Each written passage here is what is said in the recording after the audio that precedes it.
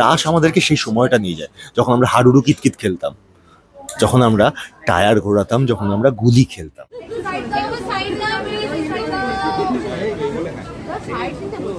আমি তো একদমই সাউথ না, আমি তো সাউথ কলকাতা বড় হয়েছে, যেহেতু সেজন্য ছোটবেলায় কখনো সাইকেল চালাইনি। এটা বুড়ো বয়সে এসে এটা শুরু হয়েছে আর কি। কিন্তু শাড়ি পরে তো কখনোই সাইকেল চালাইনি।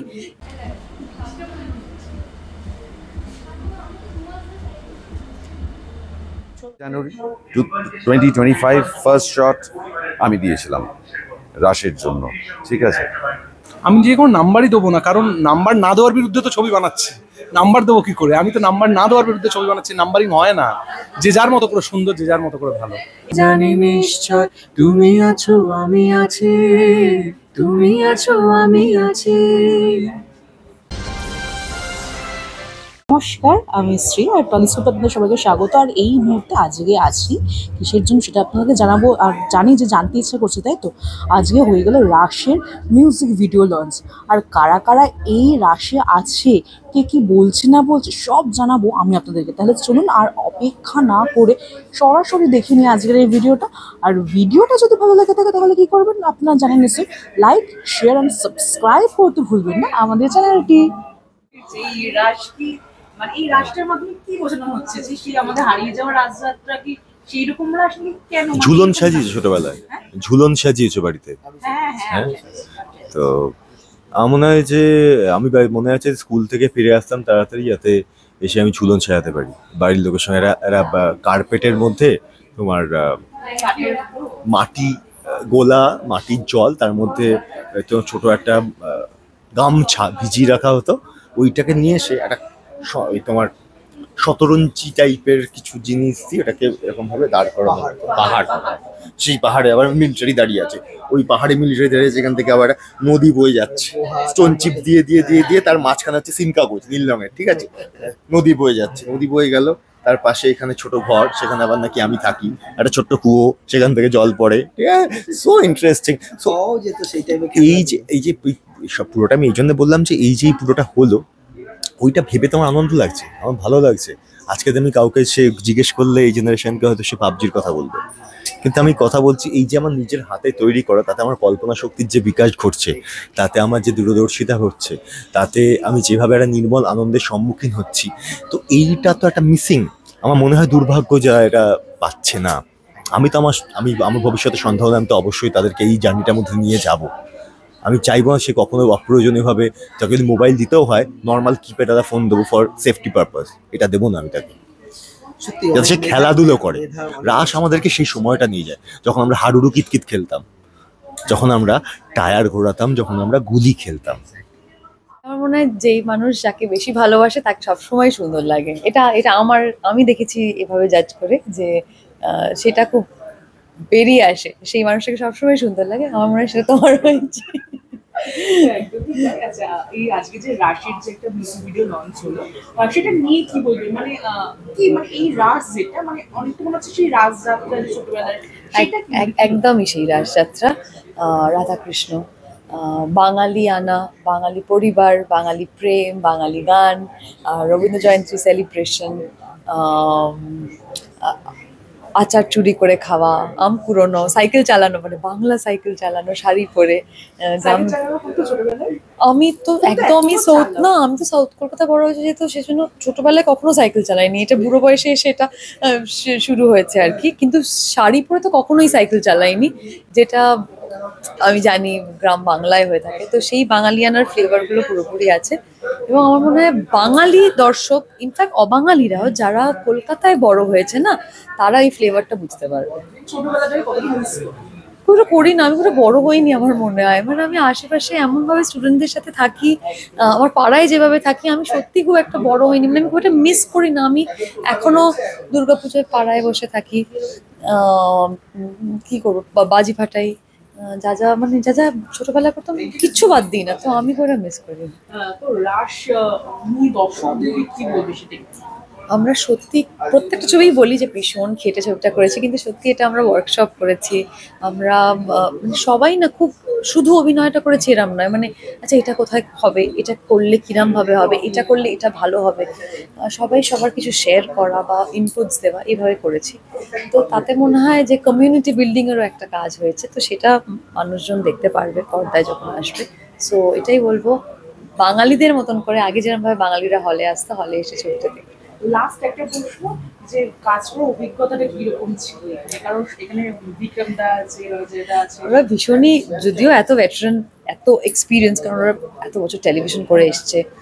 বিক্রম দা এখন পরপর ছবি করছে, দুর্দান্ত দুর্দান্ত জনরের ছবি করছে। তথাগত মুখার্জি খুব ভালো ডিরেক্টর, মানে আমি সত্যি অ্যাজ এ ডিরেক্টর মানে আমি ওর ফ্যান। কত নাম্বার দেবে 10-এ পারলে 15।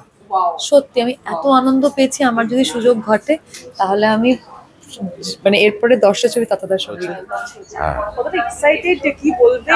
রাশ যেভাবে এগোচ্ছে আস্তে আস্তে, আমরা তো একদম মানে অভিনয় করে প্রি প্রোডাকশন থেকে শুরু করেছি, এবার পার্ট, তারপরে ওয়ার্কশপ হয়েছে, তারপরে আমরা শুটিং করেছি, তারপরে ডাবিং করেছি, এডিট পোর্শন দেখেছি, এবং একটু একটু করে প্রমোশনে সাহায্য করেছি অল্প অল্প করে, মানুষের ইন্টারেস্ট জেগেছে।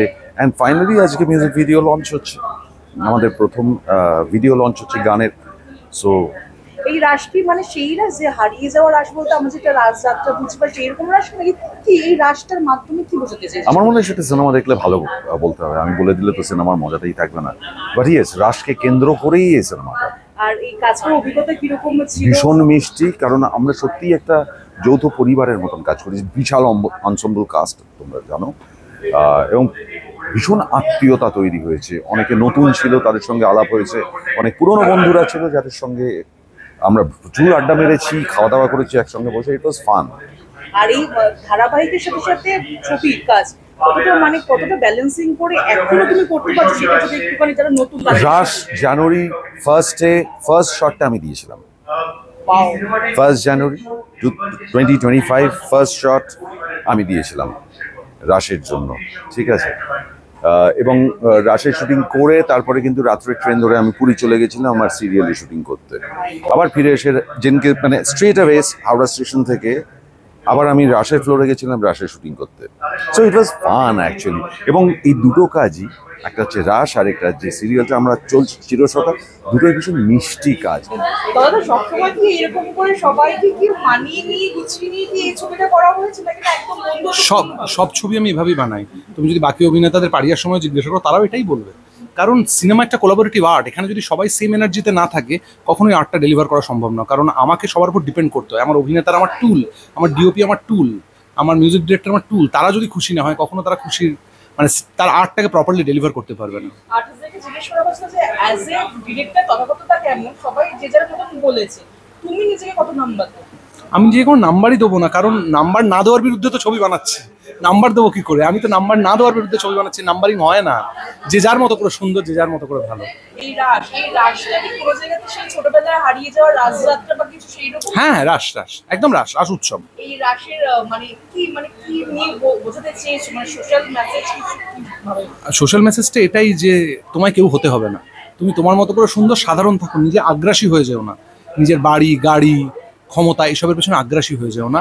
তুমি তোমার মতো করে সুন্দর, তোমায় কিছু প্রমাণের দায় নেই তোমার উপর, তোমায় কিছু প্রমাণ করতে হবে না। কিন্তু বর্তমান সময় তো সেটাই তো বলছে।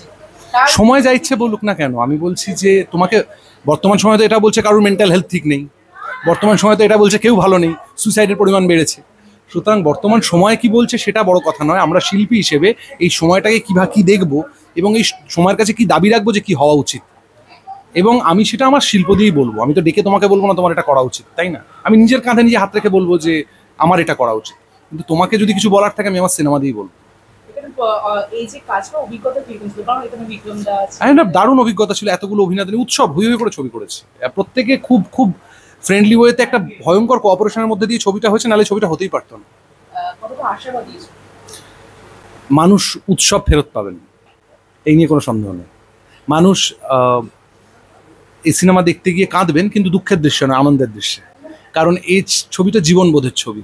যে জীবনবোধের কথা বিভূতিভূষণ বলেন, যে জীবনবোধের কথা মানিক বন্দ্যোপাধ্যায় বলেন, তারাশঙ্কর বলেন, এসে জীবনবোধের ছবি। তাই এই জীবনবোধের ক্ষেত্রে মানুষের কোথাও অসুবিধা হবে না, গোটা পরিবার নিয়ে ছবিটা দেখি। প্রথম এই জুটিটা তৈরি হলো না এর আগেও গান করা?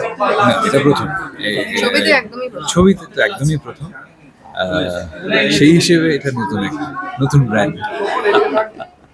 টেকে ব্রেকের পর সমলতা, তোমার এই জার্নিটা কত আমি ছোট ছিলাম তখন, টেকে ব্রেকে আমি নিজেও পড়াশোনা করছি বহু বছর, মানে কতদিন হবে, 17-18 বছর তো হবেই, মানে 17-18-19 বছর তো হবেই। মানে আমি চুল পেকে গেছে, অনেক কিছু চেঞ্জ হয়ে গেছে, জীবন পাল্টে গেছে, অনেক কিছু পেয়েছি, অনেক কিছু হারিয়েছি। সো জার্নি হ্যাজ বিন, কি বলবো, ভালো খারাপ মিশিয়েই, যেমন হয়ে থাকে সবার জার্নি, যেমন হয়ে থাকে সবার জীবন। বাট ওভারঅল আমি আমার জার্নিটাকে খুব আনন্দের এবং সুখেরই বলবো। সেই গানটা তো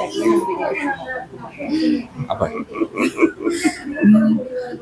আমরা দুজনা স্বর্গ খেলনা গড়িব না ধরণীতে, মুগ্ধ ললিত অশ্রু গলিত গীতে। আমরা দুজনা স্বর্গ খেলনা গড়িব না ধরণীতে, মুগ্ধ ললিত অশ্রু গলিত গীতে।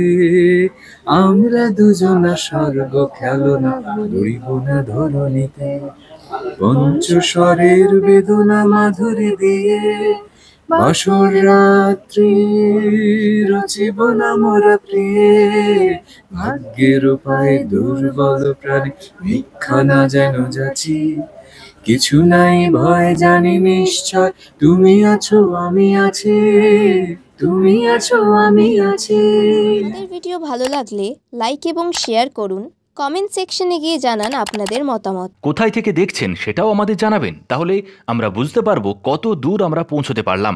আরও ভিডিও পেতে আমাদের চ্যানেলটি সাবস্ক্রাইব করুন এবং প্রতি মুহূর্তে আপডেট পেতে প্রেস করুন পাশে থাকা বেল আইকন।